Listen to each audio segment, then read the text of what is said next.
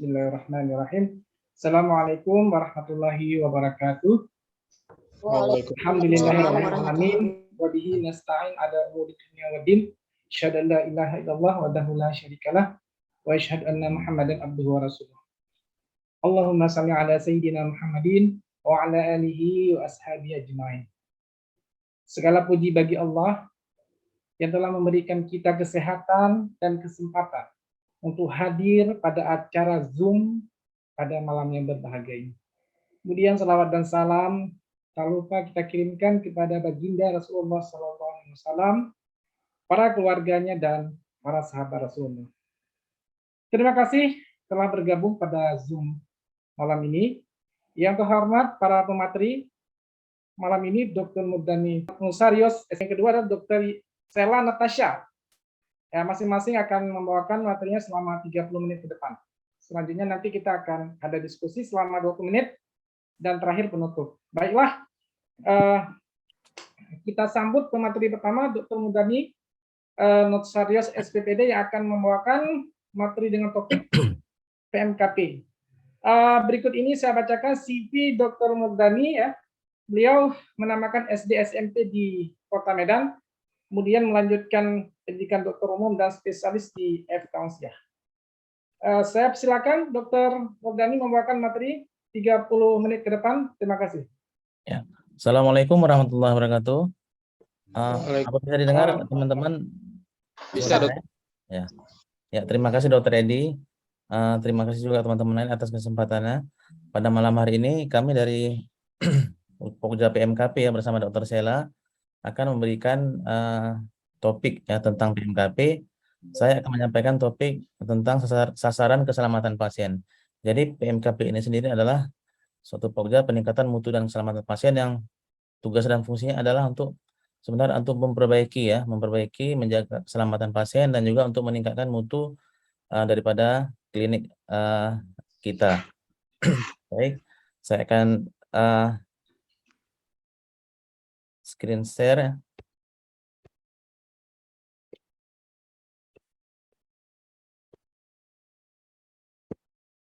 Oke, apa sudah bisa terlihat ininya? Sudah bisa, Dok? Ya, oke ya. Oke. Oke. Pokja PMKP itu sendiri saya sebagai ketua dan sekretaris Dr. Sela dengan anggota Dodi Pandra, Safrizal dan Agustin. Oke. Nah, malam ini saya akan menyampaikan tentang sasaran keselamatan pasien dan insiden keselamatan pasien. Nah, sasaran keselamatan pasien itu sendiri itu ada 6 ya. Yang pertama adalah kepatuhan identifikasi pasien. Kemudian yang kedua peningkatan komunikasi efektif. Kemudian yang ketiga kewaspadaan obat-obat high alert. Kemudian kepastian tepat lokasi, tepat prosedur, tepat operasi. Yang kelima pengurangan risiko infeksi terkait pelayanan. Dan yang keenam adalah pengurangan risiko jatuh.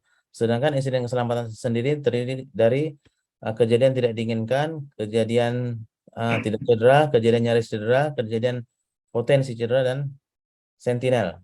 Nah, sentinel ini adalah kejadian tidak diinginkan yang mengakibatkan kecacatan dan atau kematian.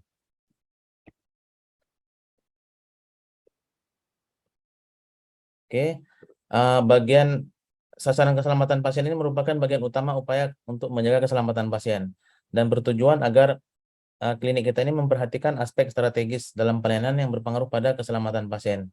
Jadi tugas sehari-hari kita dalam bekerja selalu berhadapan dengan risiko ya, itu baik terhadap diri kita ataupun pasien ataupun lingkungan dan keluarga pasien. Oke. Nah, sasaran keselamatan pasien yang pertama adalah ketepatan identifikasi pasien. Nah, dalam hal ini kita harus menggunakan minimal 2 identitas, misalkan nama dan nomor rekam medis, atau tanggal lahir dan nomor induk. Dan ini sering pasien itu masuk ya dengan nama yang sama. Misalkan Bapak Abdullah, ada 2 pasien atau bahkan 3 pasien pernah, atau mungkin bahkan lebih pasien dengan nama yang sama. Nah, ini kita harus membedakan ya dengan setidaknya ada minimal 2 ya, dengan melihat paling bagus itu dengan melihat nomor rekam medis ataupun tanggal lahir. Bisa juga dengan nomor induk, tapi yang ideal adalah dengan nomor rekam medis, tanggal lahir atau umur. Oke. Nah, kapan identifikasi pasien dilakukan? Nah, ini yang pertama sebelum pelayanan. Jadi sebelum diberikan pelayanan kita harus memastikan tentang identitas pasien, namanya, umurnya, alamat, dan nomor rekam medis. Kemudian sebelum dilakukan tindakan, exposure, operasi atau bedah minor. Kemudian sebelum pemberian obat. Nah, ini harus benar-benar diperhatikan. Jangan sampai nanti obat yang diberikan tuh salah pasiennya. Mungkin karena namanya sama atau kita tidak jeli. Nah, ini akan berakibat fatal ya, bisa yang paling berat bisa meninggal pasiennya, apalagi diberikan obat-obat yang memang berbahaya ya, misalkan obat-obat jantung yang diberikan pada pasien yang tidak tidak sakit jantung. Kemudian sebelum dilakukan prosedur diagnostik, kemudian identifikasi pasien yang dalam keadaan tidak sadar atau koma. Nah, ini kita menanyakan ke keluarga ya, ke keluarganya. Kita harus benar-benar memastikan, karena pasien-pasien yang tidak sadar ini kita tidak bisa menanyakan kepada yang bersangkutan. Nah, ini juga dipastikan keluarga atau dengan melihat gelang identitas, pastikan lagi ya. Kemudian sebelum pemberian diet, karena masing-masing pasien dengan kondisi penyakit yang berbeda, itu tentunya diet-diet yang diberikan akan berbeda. Nah, ini contoh SOP ya, identifikasi pasien yang sudah dibuat di kita. Nah, yang pertama adalah di bagian pendaftaran dan rekam medik. Nah, ini petugas pendaftaran harus selalu menanyakan kartu berobat pasien ya, pasien baru ataupun pasien lama, data pasien, nama, alamat, dan sebagainya, kemudian dicatat di rekam medis. Nah, ini penting ya. Kemudian di bagian rawat jalan, nah ini juga perawat harus mengkonfirmasi identitas pasien dengan catatan rekam medis yang ada di bagian rawat jalan. Nah, juga ditanyakan ada nggak riwayat alergi obat. Nah, ini memang jarang kasusnya, cuma kalau kejadian bisa fatal ya, apalagi alergi obat tersebut menyebabkan reaksi anafilaktik. Nah, itu dalam hitungan menit pasien bisa meninggal ya. Kemudian perawat memanggil pasien untuk mendapatkan pemeriksaan dokter dengan menyebutkan nama lengkap, nah, minimal 2 kata ya, sesuai dengan urutan. Kemudian dokter mengkonfirmasi identitas. Ini dokter pada saat memeriksa pasien akan menanyakan kembali nama pasien kan, kemudian alamat atau identitas lainnya. Nah, dokter akan memberikan pelayanan medis dan resep. Nah, ini juga harus benar-benar ya, namanya, usia, tanggal peresepan, ada tidak riwayat alergi. Nah, kemudian di bagian nah, untuk rawat jalan ini terutama sebagian pasien kita di poli ada yang hanya menyambung obat ya. Jadi pasien sudah terkontrol, dia cuma menyambung obat. Nah, ini pernah kejadian pasien datang nyambung obat. Nah, dia membawa kartu, misalnya nih contohnya yang obat yang mau disambung obat suaminya. Nah, si istri datang ke klinik bawa kartu kecil itu berobat. Nah, tapi yang dia bawa bukan kartu suaminya, tapi kartu dia berobat. Nah, ini hampir diberikan ya obat si ibu ke suaminya. Nah, ini kita harus jeli. Pada saat itu memang ditanyakan kembali ya, ternyata si ibu salah membawa kartu kecil. Nah, setelah kita pastikan kembali, nah kita ganti obatnya. Kemudian di bagian kamar obat, petugas farmasi yang menerima resep ini harus meng-cross-check kembali ya identitas pasien. Sebelum diberikan kepada petugas, selalu tanyakan bahwa nomor obat tersebut telah sesuai dengan kondisi pasien. Kemudian di bagian laboratorium, nah ini juga harus benar-benar ini identifikasi pasien ya. Jangan nanti hasil lab yang keluar itu dengan pasien yang berbeda. Nah, kalau dengan kepada pasien yang berbeda, tentunya terapi yang akan diberikan dokter juga berbeda. Nah, ini bisa mengakibatkan kecacatan atau salah ya, atau hal-hal yang tidak diinginkan. Nah, kemudian di bagian rawat inap, nah ini juga perawat memeriksa kesesuaian identitas dan kondisi pasien dengan identitas di rekam medis. Ya, jangan tertukar. Ya. Nah, pemasangan gelang identitas, nah ini sangat penting ya. Jadi di gelang identitas itu tertulis nama, usia, jenis kelamin, tanggal masuk, nomor rekam medik, dan nama DPJP. Nah, kemudian ada juga gelang tambahan untuk pasien-pasien dengan riwayat alergi. Kemudian pasien-pasien dengan risiko jatuh, sehingga kita lebih aware untuk pasien-pasien risiko jatuh ini ya. Kemudian papan identitas ditulis diletakkan di bed ruang atau bilik pasien. Nah, di ruang perawat sendiri ini perawat memisahkan ya obat antar pasien dengan memberikan nama label kotak obat. Dan seluruh petugas medis paramedis harus mengkonfirmasi identitas dengan melihat gelang sebelum melakukan tindakan ataupun pemberian obat. Dan sebelum pasien pulang itu dilakukan lagi pengecekan ulang gelang pasien. Kemudian kelengkapan administrasi dan memberi informasi kepada pasien kapan dia harus kontrol ulang, kapan harus mengecek kondisi pasien minimal 3 hari setelah dirawat. Dan juga ini harus dilihat tanggalnya. Jangan nanti waktu disuruh kontrol ulang, tiba-tiba tanggalnya itu pas pada saat hari libur, itu kan tutup. Nah, ini kasihan juga pasien-pasien yang alamatnya jauh ya. Nah, kemudian SKP 2, komunikasi efektif. Komunikasi efektif itu komunikasi yang tepat waktu, akurat, lengkap, dan tidak membingungkan. Dan dipahami antar tenaga kesehatan ya. Jadi harus jelas ya, baik secara verbal, elektronik, ataupun tertulis. Nah, ini sudah pernah dipaparkan ya dalam Zoom meeting sebelumnya ya. Dan di SOP ini juga terlampir ya tentang SBAR dan TBAK ya, atau ada juga yang menyingkatkan dengan Tubalkon ya, tulis, baca, dan konfirmasi. Nah, ini kita lewati saja karena kemarin sudah dijelaskan. Ini kita bisa melihat kembali ya, mengulang-ulang kembali. Jadi kemudian SKP yang ketiga yaitu kewaspadaan terhadap obat-obat high alert. Nah, ini sangat penting sekali ya, karena juga sudah banyak kejadian. Contohnya di salah satu rumah sakit mungkin beberapa waktu yang lalu ya, salah suntik dan obat-obat itu obat-obat high alert menyebabkan pasien meninggal dunia. Nah, obat-obat high alert ini adalah obat-obat yang memiliki risiko menyebabkan cedera serius pada pasien jika digunakan tidak dengan tepat.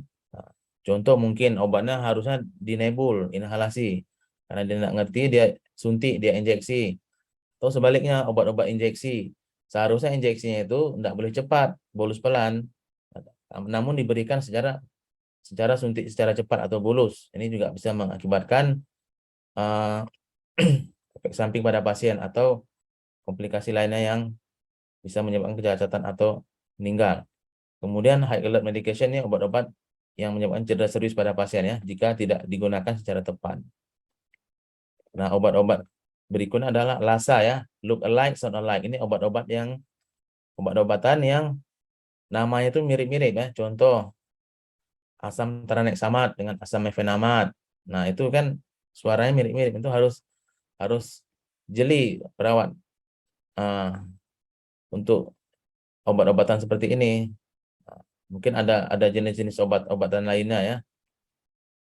Kemudian obat-obatan ini elektrolit konsentrat. Nah, ini contohnya misalkan Bignat ya atau melon, natrium bikarbonat yang sediaan injeksi. Nah, ini kan tidak bisa disuntik. Ini biasanya diberikan dalam dalam bentuk drip ya, infus lambat. Contoh lainnya itu dalam bentuk infus lambat kalium ya, KCl, kalium klorida yang dalam bentuk drip. Kemudian obat-obatan lainnya misalkan obat-obatan makanan ya, makanan itu juga enggak bisa seperti cairan untuk tambahan makanan itu enggak jangan diguyur ya. Oke. Nah, yang berikut adalah ini contohnya ya, obat-obat high alert. Ada yang risiko tinggi, contohnya menimbulkan kecacatan, misalkan insulin. Nah, pemberian insulin ini juga harus benar-benar karena insulin ada jenisnya, ada yang short acting, ada yang mid, ada yang long acting. Nah, ini juga kadang-kadang pasien banyak ini kita harus menjelaskan ke pasien pemberian insulin ini, resikonya hipoglikemi. Dan juga dijelaskan kalau tidak makan jangan disuntik pasiennya dengan terutama insulin-insulin yang sifatnya short acting. Kemudian pemberian heparin. Nah, ini juga risiko terjadinya pendarahan atau obat-obatan sitostatika, ini kemoterapi ya. Ini di kita tidak ada, ini di rumah sakit rujukan. Nah, ini yang saya jelaskan tadi obat-obat yang mirip dan kedengarannya seperti sama ya. Misalkan ada juga ini ya, nama obat, rupa dan ucapan mirip norum ya. Ini sudah saya jelaskan tadi. Ini yang contoh elektrolit tadi, kalium klorida. NaCl juga ada yang sediaan yang di kita kan dalam bentuk infus bisa 0,9%. Tapi ada juga NaCl yang dalam sediaan 3%. Nah, itu pekat. Jangan diberikan secara cepat. Itu akan menyebabkan plebitis atau rasa terbakar di pembuluh darah. Nah, kemudian MgSO4 ya. Nah, klinik ini kita juga harus memiliki formularium obat high alert yang dievaluasi dan diperbarui minimal 1 kali setahun. Nah, tentang penataan penyimpanannya, pelabelan yang jelas, kan, penerapan double check ya. Ini apoteker dan perawat ya. Kemudian pembatasan akses ya. Jadi tidak semua orang bisa mengaksesnya. Nah, terutama ini juga harus diperhatikan kapan expirednya kan. Jangan nanti diberikannya sudah expired. Ini juga berbahaya ya. Nah, kemudian 7 benar dalam hal obat-obatan. Pertama, benar pasien. Jadi harus identifikasi pasiennya jelas ya. Namanya jangan nanti tertukar pemberian obat. Kemudian benar cara pemberian. Juga harus dipastikan cara pemberiannya, apakah dia drip, apa bolus pelan atau bolus cepat, apakah nebul. Kemudian benar dokumentasi. Jadi dituliskan obat-obat apa yang telah diberikan dan diconteng jadwal pemberiannya ya. Nah, ini benar waktu ya, sesuai dengan jadwal. Kemudian obatnya dipastikan. Jadi obat-obat contohnya obat-obat yang akan obat oral ya, maupun injeksi. Sebelum diberikan dipastikan lagi. Nah, kalau untuk obat injeksi dipastikan sebelum ditarik dari ampul, setelah masuk ke spet, sebelum disuntik dilihat lagi ampulnya. Benar nggak obatnya? Jangan nanti salah diberikan ya. Kemudian dosisnya juga harus sesuai dengan dosis. Terutama nih kalau yang dosis ini anak ya, anak atau dewasa. Dan kemudian benar informasi. Kemudian SKP 4, ini tepat lokasi, tepat prosedur, dan tepat pasien operasi. Kalau untuk operasi sedang atau besar di kita mungkin tidak ada ya. Nah, ini untuk pencegahan salah sisi ya, salah prosedur dan salah pasien ini kasus-kasus pembedahan. Jadi proses verifikasi sebelum dilakukan tindakan operasi, kemudian site marking ya, penandaan sisi operasi. Kemudian time out dilakukan saat sebelum mulai tindakan. Oke, kemudian SKP kelima, pengurangan risiko infeksi. Ini untuk mencuci tangan ya. Nah, kita harus ingat ini 5 momen mencuci tangan. Jadi momen mencuci tangan itu yang pertama, sebelum bersentuhan dengan pasien, kita mencuci tangan. Kemudian sebelum melakukan tindakan. Kemudian sesudah bersentuhan dengan cairan tubuh pasien, sesudah bersentuhan dengan pasien, dan sesudah bersentuhan dengan lingkungan pasien. Nah, klinik ini harus menerapkan hand hygiene bagi staf, pasien, dan pengunjung ya, untuk mencegah infeksi terkait dengan pelayanan kesehatan. Oke. Kemudian pengurangan risiko jatuh. Nah, ini jika di satu lokasi diidentifikasi sebagai area risiko jatuh tinggi, misalkan lantai dengan kemiringan tertentu ya, atau memang kondisinya licin. Nah, kemudian ini klinik menentukan semua pasien yang mengunjung lokasi tersebut dianggap berisiko jatuh dan menerapkan langkah-langkah risiko jatuh untuk semua pasien. Nah, ini juga sudah ada SOP-nya untuk pasien-pasien risiko jatuh ya. Nanti bisa diisi skornya, 11 skor di atas 51 ini risiko tinggi. Nah, ini lakukan intervensi risiko jatuh. Salah satu dengan mungkin penanda gelang ya. Mungkin untuk pasien-pasien yang usia tua biasa nih sering dengan gangguan keseimbangan atau pasien-pasien dengan nyeri lutut ya. Sering juga nih, ini harus dijaga benar ya. Kalaupun ke kamar mandi diingatkan keluarganya untuk ada pendamping memegang. Karena pasien-pasien usia tua itu dengan nyeri lutut atau gangguan keseimbangan sangat mudah terjatuh ya. Oke. Ini contohnya ya. Kita bisa dengar.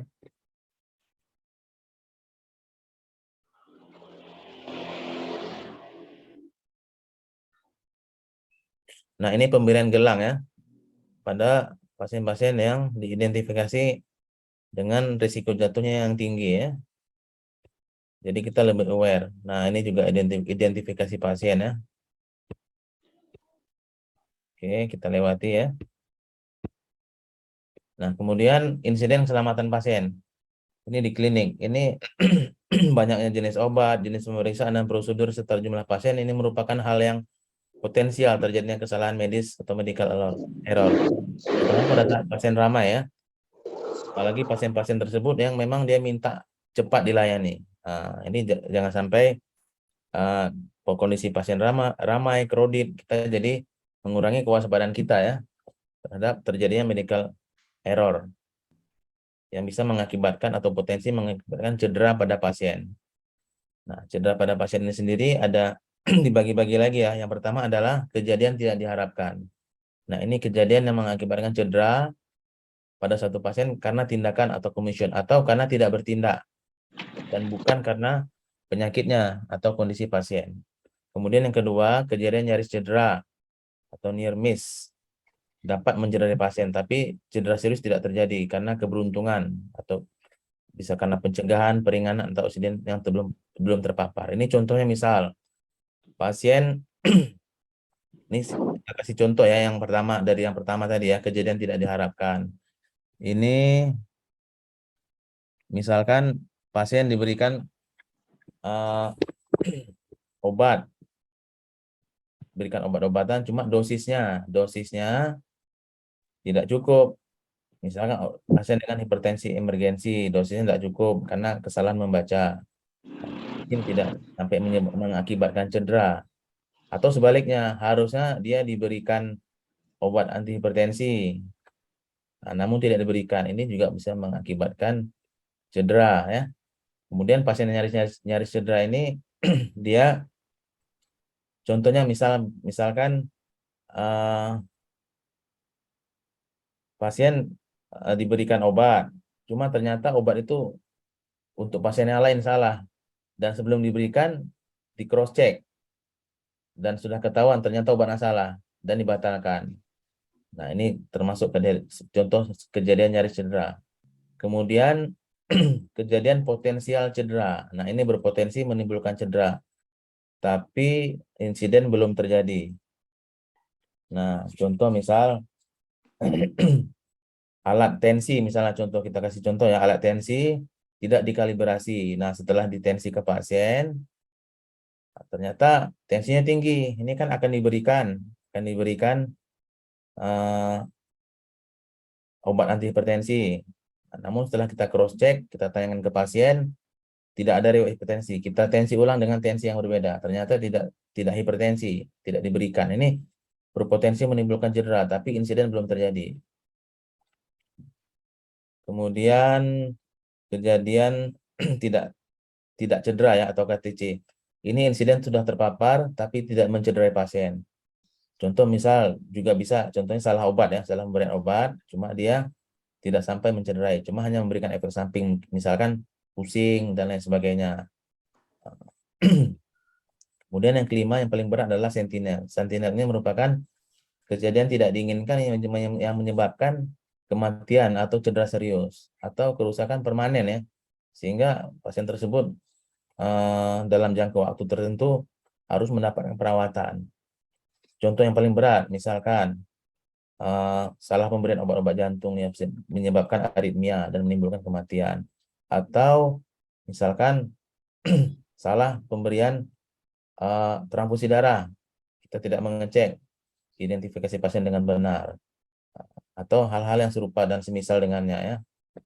Nah, ini juga sering terjadi, misalkan hasil lab menunjukkan, misalnya contoh hasil lab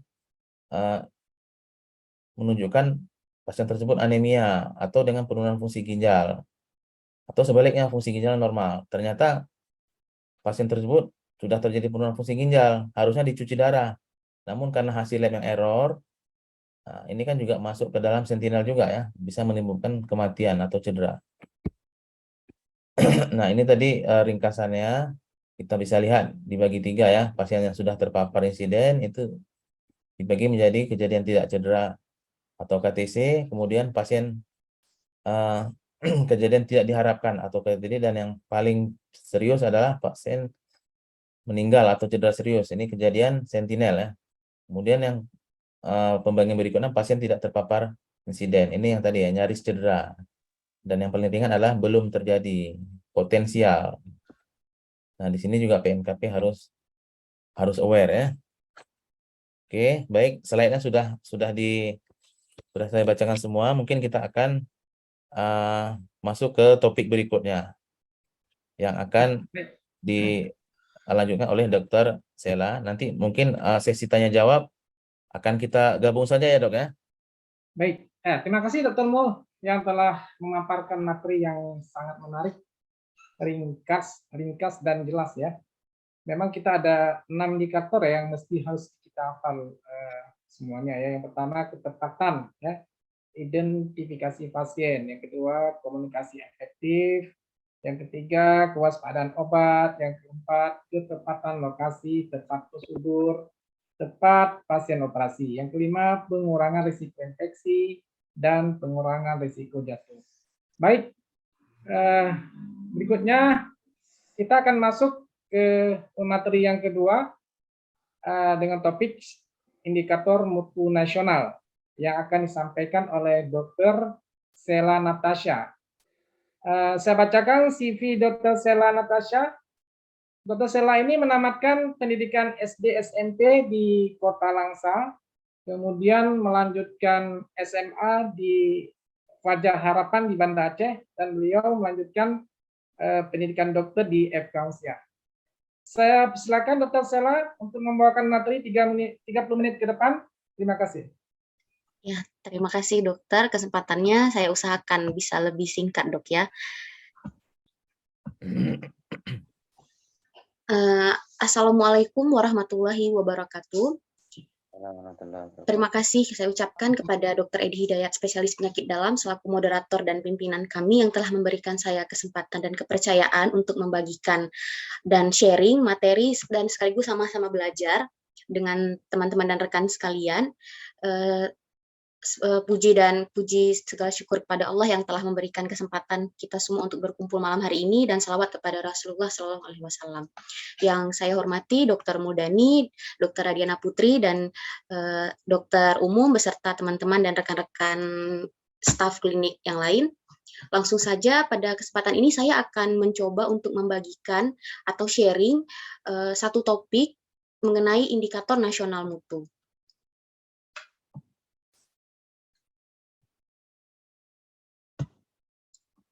Apakah sudah terlihat dokter materinya? Sudah, itu saya sudah. Oke, baik dok. Nah, jadi teman-teman sekalian dan para dokter, tadi Dokter Muldani sudah memaparkan di awal ada mengenai sasaran keselamatan pasien dan insiden, yang mana kedua poin itu merupakan salah satu indikator yang akan diukur. Nah, sebelum kita membahas indikator nasional mutu, sebenarnya kita harus tahu bahwa mutu itu merupakan suatu tingkat atau ukuran untuk menyatakan pelayanan yang sudah kita laksanakan selama ini di klinik itu sudah sempurna atau belum, sudah baik atau belum. Yang mana penerima pelayanan kesehatan kita tadi itu adalah pasien, maka ukuran yang bisa diberikan oleh pasien itu berupa puas atau tidak puas terhadap pelayanan yang kita berikan. Dan apakah pelayanan yang kita berikan tadi itu sudah sesuai atau belum dengan kode etik atau standar pelayanan profesi atau standar operasional prosedur yang sudah kita sepakati atau kita buat di klinik kita. Kemudian, nah berdasarkan, jadi indikator nasional mutu itu semuanya disusun sebenarnya mengacu kepada keputusan Menteri Kesehatan. Jadi di dalam keputusan Menteri Kesehatan yang mengatur mengenai standar pelayanan minimal di rumah sakit itu ada banyak jenis pelayanan dan sudah ditetapkan indikatornya untuk menyatakan apakah pelayanan yang dilakukan itu sudah memenuhi indikator minimal atau sudah memenuhi syarat atau tidak. Nah, ini bisa menjadi acuan bagi setiap fasilitas kesehatan untuk menetapkan indikator mutu terhadap pelayanan. Misalnya gini, dari 21 jenis pelayanan di klinik kita itu melaksanakan sekitar 10 jenis pelayanan.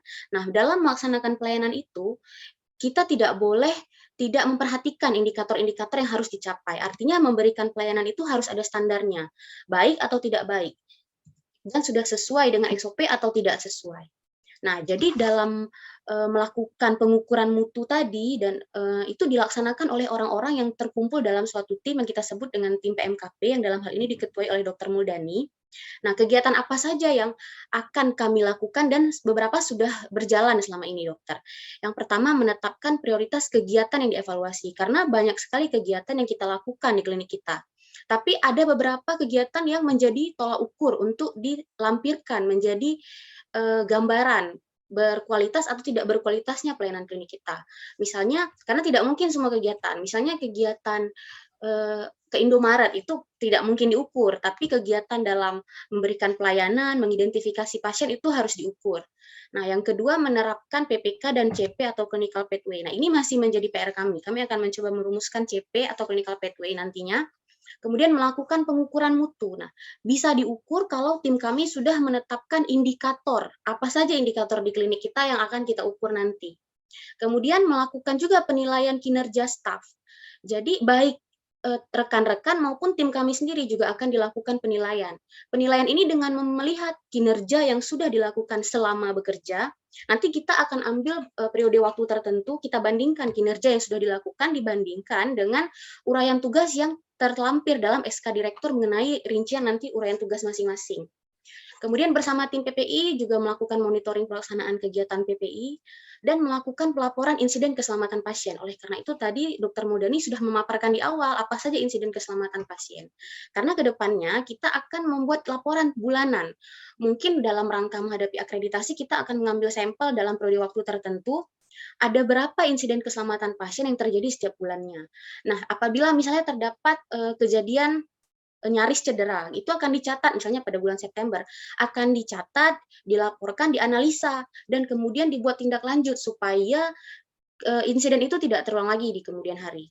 Kemudian yang ketujuh, melakukan program diklat PMKP seperti yang saat ini sedang berlangsung, merupakan salah satu diklat PMKP yang kami laksanakan. Kemudian melakukan sosialisasi atau diseminasi hasil kegiatan. Nantinya hasil pengukuran indikator tadi akan dipaparkan kembali kepada seluruh rekan-rekan dan staf untuk menjadi perbaikan dan perbaikan berkesinambungan ke depannya. Kemudian melakukan manajemen risiko dan melakukan monef dan evaluasi berkala terhadap seluruh kegiatan yang sudah dilakukan. Nah, jadi Kementerian Kesehatan itu sudah mengatur dan sudah membuat saat ini ada 13 indikator nasional mutu pelayanan kesehatan. Artinya seluruh Indonesia ini boleh melaksanakan pelayanan kesehatan apapun, tetapi ada indikator secara nasional yang disepakati untuk dipenuhi dalam pelaksanaan pelayanan itu. Nah, jadi karena menurut Kementerian Kesehatan itu indikator mutu itu diatur misalnya untuk rumah sakit, puskesmas, laboratorium dan sebagainya.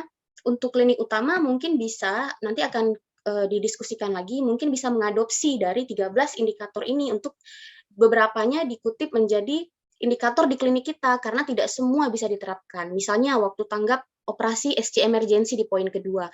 Ini tentu tidak bisa diukur di klinik kita karena kita tidak ada pelayanan ini, atau penundaan operasi elektif. Artinya beberapa poin bisa kita adopsi dan kita kembangkan. Nah, misalnya ini adalah salah satu contoh rencana penerapan indikator nasional mutu tadi kita terapkan di klinik kita untuk kita ukur. Yang pertama, kepatuhan identifikasi pasien. Nanti tim mutu akan menentukan, misalnya kepatuhan identifikasi pasien ini harus tercapai berapa persen, misalnya 85%. Nah, di kunjungan bulan September dari 100 pasien, artinya harus 85 pasien itu teridentifikasi dengan baik, mengacu kepada materi yang tadi, kapan identifikasi harus dilakukan. Kemudian yang kedua mengenai respon waktu IGD. Misalnya ditetapkan bahwa 80% pelayanan di IGD itu harus diberikan dalam waktu kurang dari 5 menit. Nanti akan dipantau misalnya dalam kunjungan bulan September. Ternyata capaian waktu respon itu lama, lebih dari 10 menit. Artinya indikator itu belum bisa kita capai. Kemudian yang ketiga, kepatuhan cuci tangan. Ini bisa menjadi PR kita bersama karena ternyata kepatuhan itu tidak hanya bagi kita staf. Mungkin kita para staf pun masih lupa-lupa atau masih lupa dalam mempraktekkan 6 langkah 5 momen ini. Jadi kita harus sama-sama untuk mengingatkan dan PR juga bagi kita untuk mengedukasi pasien dan keluarga pasien, karena kemungkinan surveyor itu tidak menanyakan ke kita lagi karena dianggap kita sudah sering, tapi ternyata sasarannya adalah pasien atau keluarga pasien, dan ini poinnya lumayan besar untuk elemen penilaian yang ini nantinya. Kemudian kepatuhan pencegahan risiko cedera untuk mencegah pasien jatuh. Tadi sudah ditampilkan salah satu video untuk mencegah pasien jatuh dengan cara memberikan gelang atau mungkin memberikan tanda di standar infus bahwa ini adalah pasien dengan risiko jatuh. Terutama kan ada mobilisasi pasien dari bed menuju ruang radiologi misalnya. Sehingga ini harus menjadi perhatian bahwa pasien-pasien dengan risiko jatuh ini apakah harus dibantu dengan kursi roda seperti itu. Kemudian yang kelima, misalnya boleh kita terapkan, bisa kita terapkan di klinik kita, yaitu kepuasan pasien dan keluarga. Nah, ini menjadi PR utama bagi tim PMKP, karena kepuasan pasien dan keluarga ini belum pernah diukur di klinik kita. Kedepannya tim PMKP mungkin akan berdiskusi mencari metode sederhana dan paling cepat untuk mengukur survei dan kepuasan. Kemudian yang berikutnya ada kecepatan respon terhadap komplain. Ini juga belum kita laksanakan, menjadi PR. Kita harus menentukan metode bagaimana pasien bisa menyampaikan komplain terhadap klinik kita. Misalnya dengan menyertakan nomor kontak WhatsApp sehingga pasien bisa chat via WhatsApp komplainannya, misal dari selamat malam Bapak Ibu, mohon maaf AC di kamar Al-Fatah tidak nyala gitu. Nah, berapa lama waktu yang dibutuhkan untuk memberikan respon terhadap komplain itu, bukan untuk menyelesaikan AC-nya bisa menyala lagi, tapi paling tidak memberikan respon, baik kami akan segera periksa. Nah, dilakukan pengecekan, ternyata baterai remote-nya aja yang habis. Nah, respon ini yang harus diberikan kurang dari 15 menit. Kemudian yang terakhir bisa kita terapkan yaitu kepatuhan menggunakan APD, misalnya menggunakan sarung tangan sebelum pemasangan infus. Nanti kita tetapkan berapa harus tercapai indikator minimalnya untuk kepatuhan menggunakan APD. Nah, ini salah satu contoh yang saya paparkan, contoh pengukuran indikator mutu misalnya. Nah, nanti misalnya nih poin kedua, bahwa respon waktu di IGD itu harus diberikan dalam waktu kurang dari 5 menit. Nanti kita akan buat laporan misalnya di bulan September, Oktober, November, berapa rata waktu yang dibutuhkan untuk merespon pasien sejak datang ke unit gawat darurat dan mendapat pelayanan dari staf yang bekerja di sana. Misalnya ratanya sudah di bawah 5 menit, berarti indikatornya sudah tercapai gitu. Nah, tapi kalau belum tercapai, maka tim PMKP berikutnya melalui metode PDSA atau Plan Do Study dan Action ini akan menjabarkan, pertama harus merencanakan ke depan bahwa seluruh petugas IGD itu harus bisa memberikan respon waktu kurang dari 5 menit. Nah, bagaimana caranya? Kita mungkin akan melakukan sosialisasi atau motivasi ke petugas bahwa kita harus kurang dari 5 menit. Misalnya memberikan rekomendasi bahwa misalnya pada shift siang saat pelaksanaan ibadah sholat asar itu tidak boleh bergantian, atau saat ingin makan misalnya boleh bergantian, tidak boleh meninggalkan IGD sehingga tidak ada yang akan memberikan pelayanan di situ. Nah, kemudian kita akan analisa kira-kira apa penyebab indikator ini belum tercapai. Oh, ternyata misalnya sebelum sepenuhnya patuh terhadap memberikan respon ini. Maka kita akan terus sosialisasi dan melakukan monitoring dan evaluasi sehingga kedepannya saat penilaian indikator ini bisa tercapai. Nah, itu saja saya kira materi mengenai indikator nasional mutu. Yang terakhir ini adalah beberapa poin yang sudah saya rangkum selama bimbingan dan pendampingan selama 2 hari kemarin.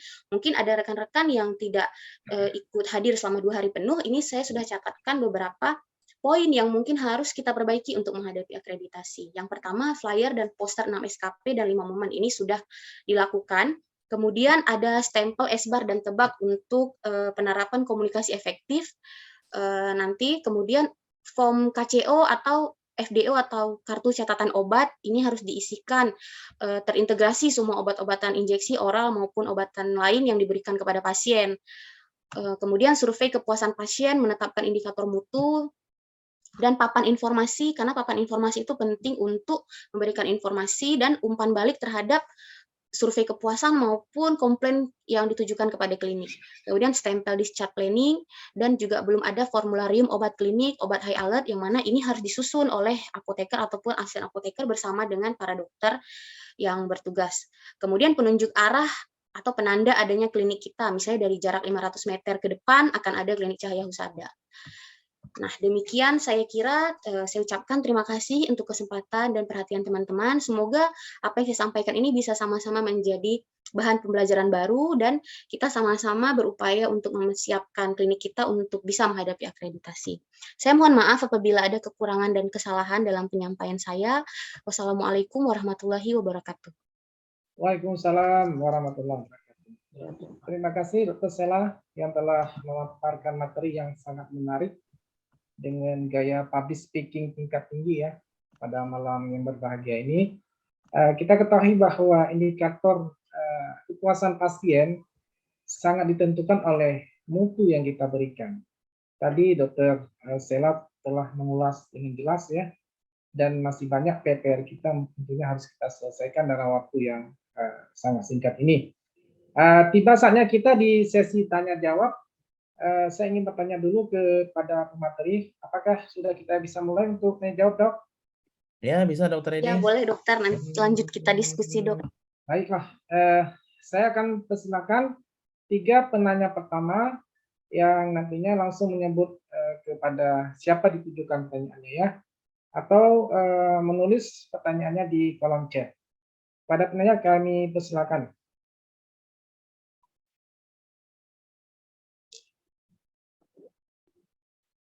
Ya, barangkali ada yang belum jelas, silakan ditanyakan ya kedua pemateri kita pada malam yang berbahagia ini. Ini topik yang sangat menarik ya, seperti yang disampaikan oleh Dr. Murdani tadi ya. Kadangkala pada pasien-pasien yang one day care ya, yang dirawat hanya 1 hari, nah itu pasien suka jalan-jalan.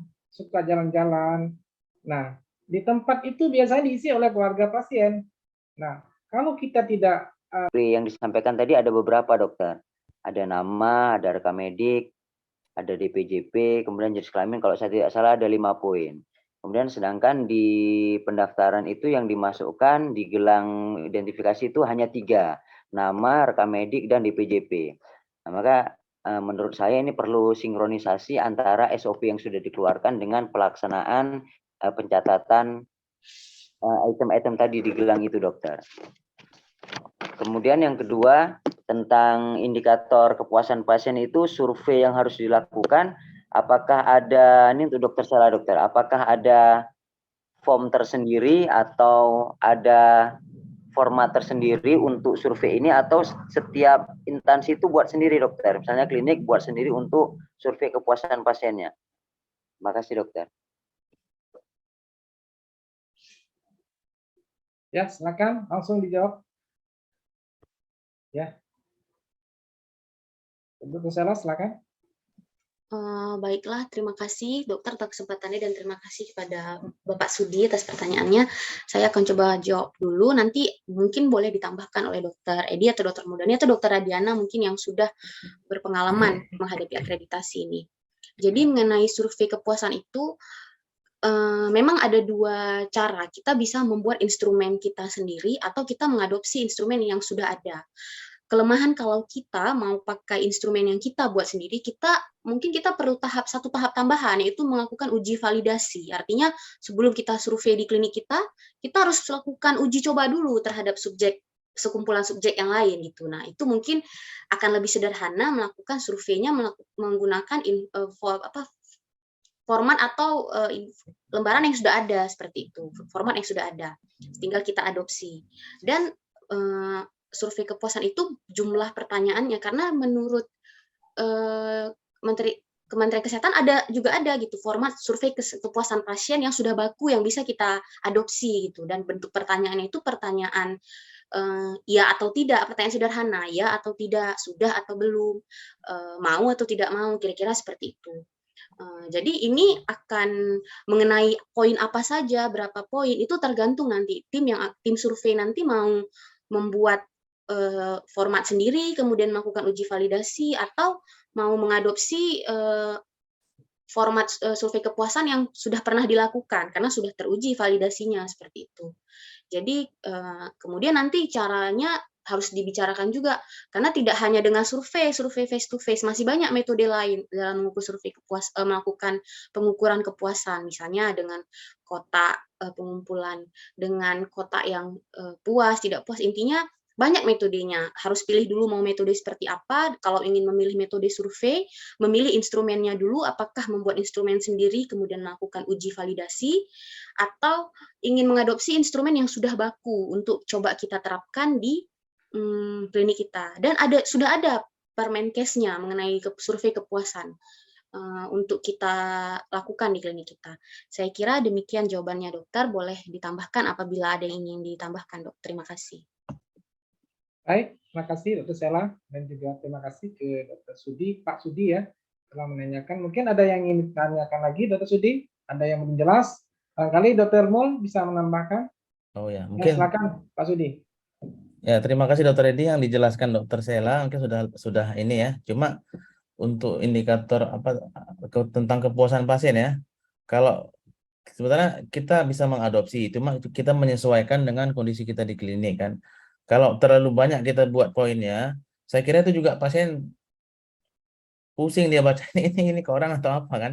Jadi mungkin kita juga bisa buat mungkin berdasarkan unit yang kita nilai kepuasan. Nah, contoh pada saat pendaftaran, apakah di situ kita bisa buat di bawah 5 menit, 5 sampai 15 menit, di atas 15 menit. Nah, atau pada kepuasan terhadap ini pelayanan pemberian obat atau kepuasan terhadap mungkin pelayanan di IGD kan, atau kepuasan terhadap pada saat pendaftaran atau di ruang rawat atau pada saat kontrol ulang. Nah, ini bisa kita buat poinnya. Cuma mungkin nanti akan dibuatkan kami dari tim PMKP. Cuma mungkin menurut saya sih kalau kita bertahap ya. Kalau terlalu banyak, saya kira juga pasiennya juga dia juga enggak ini ngisi poin-poinnya ya. Mungkin itu ya, Pak Sudi. Ya, terima kasih Dr. Mul. Barangkali ada yang ingin ditambahkan atau ingin ditanyakan lagi Pak Sudi? Kami silakan. Baik jelas? dokter, terima kasih sudah jelas dokter. Baik, ini sudah ada raise hand Ibu Endang, ya silakan Bu. Ya, Bu Endang. Ya dok, Ya, makasih. silakan. Baik dokter, terima kasih dokter Edi. Baik. Assalamualaikum warahmatullahi wabarakatuh. Waalaikumsalam warahmatullahi wabarakatuh. Dari pemaparan yang disampaikan oleh Dokter Mul dan Dokter Sela, kami di situ membaca bahwa seperti yang juga disampaikan pada BIMTEK kita kemarin bahwa sebenarnya keberadaan PPI itu harus dilaporkan pertama sekali itu adalah ke Komite Mutu. Untuk Komite Mutu nanti berdiskusi bersama PPI hasil audit baik kepatuhan cuci tangan, baik kebersihan lingkungan dan semuanya dilaporkan ke pengendali mutu, dalam hal ini Ketua Pokja Mutu yaitu Dr. Mul. Nah, setelah hasil diskusi tersebut dengan tim PPI dan tim mutu akan melaporkan kepada direktur. Sebenarnya hierarkinya seperti itu, dokter. Itu mungkin sedikit masukannya. Kemudian tadi saya tidak melihat yang disampaikan oleh Dr. Mul dengan Dr. Sela tentang alur, dokter. Seandainya nih ada teman-teman menemukan KTC atau yang seperti tadi kegiatan atau bahkan kejadian sentinel yang parah itu. Alurnya saya nggak lihat dokter. Sebenarnya tuh nanti si pelaksana di lapangan itu kita harus buat alur, dia tuh melaporkannya kemana gitu. Karena komite ini kan dalam bentuk sebuah struktur, tapi harus ada pelakunya yang memang menanggapi dan segera merespon jika terjadi pelaporan terhadap insiden-insiden yang terjadi tadi. Itu mungkin, karena tadi mungkin saya nggak lihat gitu ya dokter, itu masukan dari saya. Yang ketiga dokter mengenai survei kepuasan. Jadi kemarin itu kan di puskesmas kami termasuk salah satu puskesmas yang didatangi oleh ombudsman. Jadi ombudsman itu menginterview saya dan mengarahkan saya karena kebetulan saya adalah pengelola website puskesmas dan pengelola pengaduan dari masyarakat dokter diarahkan disuruh buat seperti form yang hanya dibuat di situ poinnya adalah pertama nama, kemudian alamat, kemudian apa yang ingin disarankan. Jadi masyarakat itu menulis dokter. Jadi ketika ada pengaduan atau ada yang ingin mereka tanyakan, mereka akan datang ke meja pengaduan untuk mengisi form. Kemudian form itu akan dibuat dalam buku registrasi dan akan disampaikan kepada pengelola handling komplain tadi. Nah, hasilnya akan tetap di dalam buku itu dibuat laporan sehingga bisa dihitung setiap tahun adakah orang yang mengadukan pelayanan kita kepada sarana pelayanan yang kita miliki.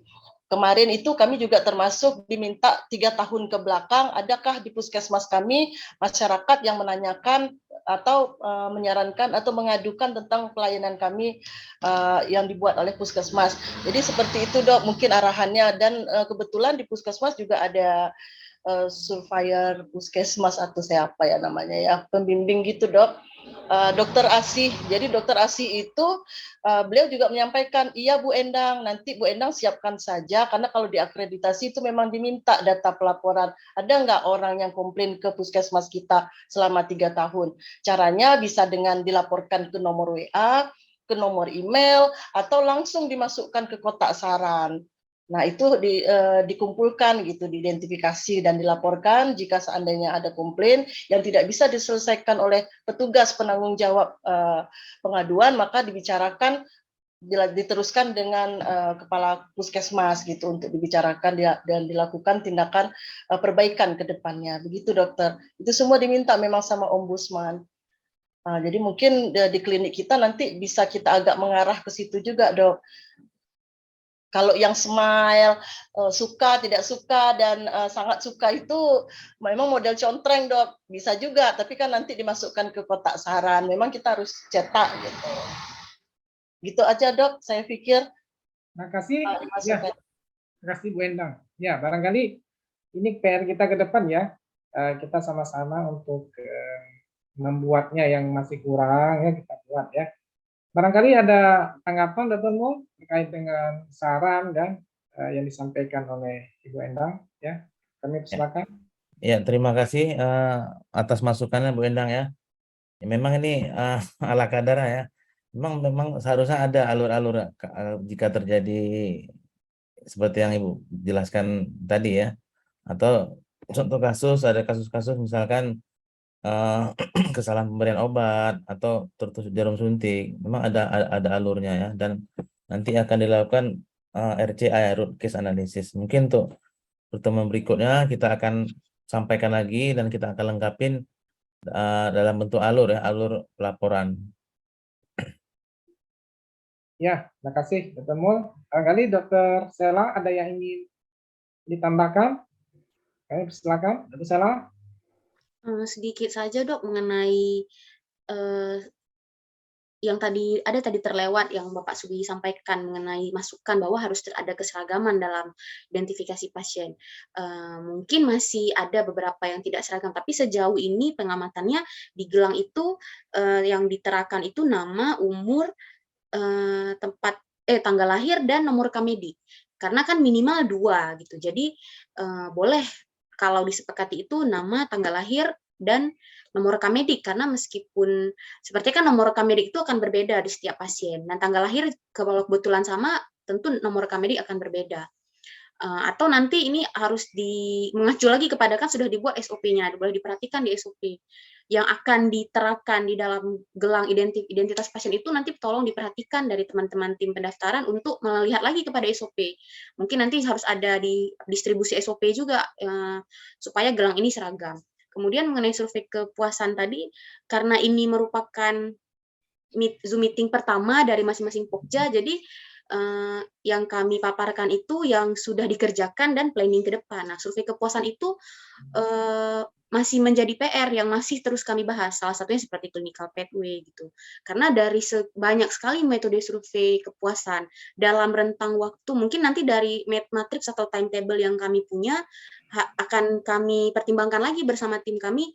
Kira-kira dalam spare waktu yang kita punya itu metode apa yang paling tepat. Memang menggunakan stiker suka tidak suka, mungkin ada plus minusnya. Nah, itu masih akan kami bahas untuk ditentukan, dan akan kami berikan rekomendasi kepada direktur, kira-kira survei kepuasan ini apakah boleh dilaksanakan gitu, apakah ini terjangkau, atau mungkin justru menurut pandangan direktur nanti tidak terjangkau seperti atau tidak terukur misalnya. Karena memang banyak sekali metodenya dan caranya. Dan untuk mengenai membuat tulisan misalnya dari pasien, nah tentu kita juga harus melihat bahwa pendidikan rata di wilayah masyarakat kita gitu. Mungkin dengan memberikan tulisan itu mungkin bisa menjadi hambatankah, atau justru itu menjadi metode yang paling efektif sehingga pasien bisa curhat misalnya, sehingga bisa menjadi masukan secara langsung buat kita gitu. Tapi yang jelas survei kepuasan itu sangat kompleks karena harus diukur di tiap-tiap unit. Meskipun ada instrumen dari Permenkes yang dia secara keseluruhan memuat pendaftaran, memuat ruang tunggu, memuat fasilitas gitu. Tapi idealnya survei kesehatan itu memang per unit seperti yang Dr. Mudani sampaikan. Mau diukur kepuasan di unit mana? Pendaftaran, IGD kah, rawat inap kah, laboratorium kah, seperti itu. Nah, demikian saja dokter. Terima kasih. Mohon maaf apabila ada kekurangan dan kesalahan. Ya, Baik. tambahan dok sedikit. Ya, silakan dok. Nah, untuk indikator mutu ini sendiri kan nanti kita akan buatkan form kan. Nah, nanti akan dibuatkan untuk masing-masing unit PIC ya untuk pengumpul data untuk mengukur indikator-indikator tersebut ya. Jadi masing-masing unit akan ditunjuk orang yang untuk melakukan pengambilan datanya. Nanti akan dibuatkan SK. Kemudian dari data-data tersebut baru kita olah dalam bentuk data ya. Nah, nanti akan kita tunjukkan. Dan untuk tadi tentang sasaran keselamatan pasien, jadi diharapkan semua ini ya, semua baik perawat, petugas apotek ataupun satpam jika terjadi insiden keselamatan pasien, contohnya KTC atau KTD itu dilaporkan ya, dilaporkan. Jadi tidak perlu takut untuk melaporkan karena tujuan daripada melaporkan itu adalah untuk memperbaiki ya, bukan untuk diberikan hukuman. Tujuan PMKP ini sendiri adalah untuk memperbaiki, dicari akar masalahnya apa, untuk di kedepannya tidak terjadi lagi gitu. Oke, mungkin itu saja dok. Ya, baik. Terima kasih Dr. Mul, Dr. Sela, dan juga Ibu Endang ya. Barangkali sudah sangat jelas ya apa yang disampaikan oleh pemateri. Dan untuk ini kita beri kesempatan satu lagi penanya ya. Kami persilakan ya. Satu orang lagi penanya. Ada yang ingin ditanyakan, silakan. Barangkali Dr. Heri, Dr. Yana, barangkali ada saran, silakan. Ya, silakan Dr. Yana, sudah raise hand. Ya, silakan. Terima kasih dok. Assalamualaikum warahmatullahi wabarakatuh. Waalaikumsalam warahmatullahi wabarakatuh. Mungkin ini ada sedikit saran ya dok. Dulu waktu kita akreditasi di Rumah Sakit Zainal Abidin, itu mengenai survei kepuasan pasien, pada awal pertanyaan itu seperti yang dikatakan oleh Dr. Mul, berdasarkan unit. Kemudian nanti di akhir dari survei, ada kotak kecil untuk menuliskan saran dari pasien. Jadi semuanya terangkum di situ. Ada pertanyaan berupa ya atau tidak, ada pertanyaan, ada kolom untuk saran dari pasien yang berobat ke klinik, gitu dok. Kemudian yang kedua mengenai clinical pathway. Jadi kita nanti ada buku, di buku tuh harus disediakan di IGD. Jadi buku clinical pathway itu, jadi ketika ada pasien masuk, berdasarkan buku itu, masuk tanggal segini, kita sudah tahu pasiennya itu pulang tanggal berapa, berdasarkan diagnosa yang sudah ditetapkan dari IGD. Nanti ketika survei akreditasi, berdasarkan apa, kami berdasarkan buku clinical pathway ini, jadi tidak keluar dari jalur. Diagnosanya ini bisa kita putuskan pulang tanggal berapa. Walaupun nanti pulangnya tidak sesuai dengan tanggal, tapi paling tidak meleset jauh dari tanggal yang kita rencanakan untuk pulang, begitu dok. Terima kasih. Baik, terima kasih Dr. Yana yang telah memberikan saran ya. Barangkali ini sangat baik ya untuk diterapkan ya. Nanti ke depan ya kita akan sama-sama bekerja lebih baik lagi. Dan ini menjadi motivasi kita ya dengan adanya pertemuan-pertemuan seperti ini. Nah, ini juga menambah pengetahuan kita, terutama teman-teman yang belum sama sekali terpapar dengan akreditasi. Ya, jadi ini penting sekali ya, karena akreditasi ini merupakan nyawa sebenarnya dalam sebuah rumah sakit. Karena disitulah terkait ya, disitulah terkandung ya keselamatan pasien ya. Baik, karena penanya sudah selesai 3 orang ya. Saya ucapkan terima kasih pada para narasumber, Dr. Mudani, spesialis penyakit dalam, dan Dr. Sela Natasha yang telah mengulas materi yang sangat jelas dan sangat menarik ya, sehingga dapat menambah pengetahuan kita semua. Dan juga terima kasih pada Dr. Yana, para dokter umum, bidan ya, dan seluruh staf yang telah bergabung. Sebagaimana kita ketahui bahwa semua indikator MKP ini harus kita tuangkan dalam suatu regulasi, dokumen atau SOP. Nah, kemudian nanti semua elemen-elemen yang telah dibuat ini harus kita sama-sama kita jalankan. Jangan SOP yang sudah dibuat ini tidak dijalankan sama sekali, malah tidak dibaca. Nah, tujuan kita pada malam hari ini adalah untuk menambah wawasan kita, untuk menjelaskan bahwa kita sudah punya SOP, dan SOP itu harus dijalankan supaya keselamatan pasien itu bisa terjamin. Dan saya mengajak ya semua staf ya benar-benar untuk menjalankan indikator ini ya, dan mengharapkan nanti ke depan ya akreditasi ini bisa lulus dengan hasil yang sangat memuaskan. Amin. Amin. Ada kata-kata dari Albert Einstein yang yang mesti kita pahami ya. Hanya orang bodoh ya, hanya orang bodoh dia ingin mendapatkan hasil berbeda dengan pekerjaan yang sama ya. Jadi kita harus berbenah, tidak boleh menunggu. Seperti kata John Grinder ya, dari pakar Neurolinguistic Programming yang mengatakan bahwa konsep modeling ini bisa membantu kita ya, bisa membuat perubahan kita ya dalam hidup kita ini. Siapa saja ya bisa mencontoh ya, belajar dengan sukses. Terima kasih sekali lagi saya sampaikan kepada pemateri Dr. Muldani Spesialis Penyakit Dalam, Dr. Sela, dan seluruh staf yang telah bergabung pada Zoom malam hari ini. Akhir kata saya mengucapkan wabillahi taufiq wal hidayah. Wassalamualaikum warahmatullahi wabarakatuh. Waalaikumsalam. Waalaikumsalam Dok, warahmatullahi boleh on wabarakatuh. cam dulu kita dok untuk dokumentasi dok. Boleh? Ya silakan. Ya silakan Dr. Sela.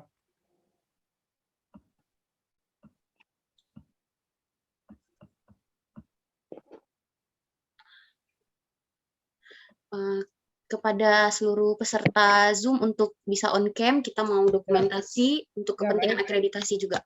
Tolong dibuka kameranya ya. Tolong dibuka kameranya semuanya.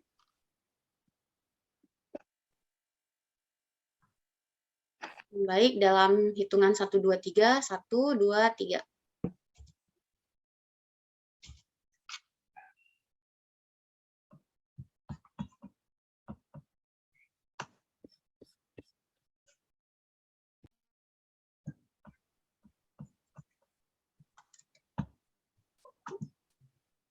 Oke.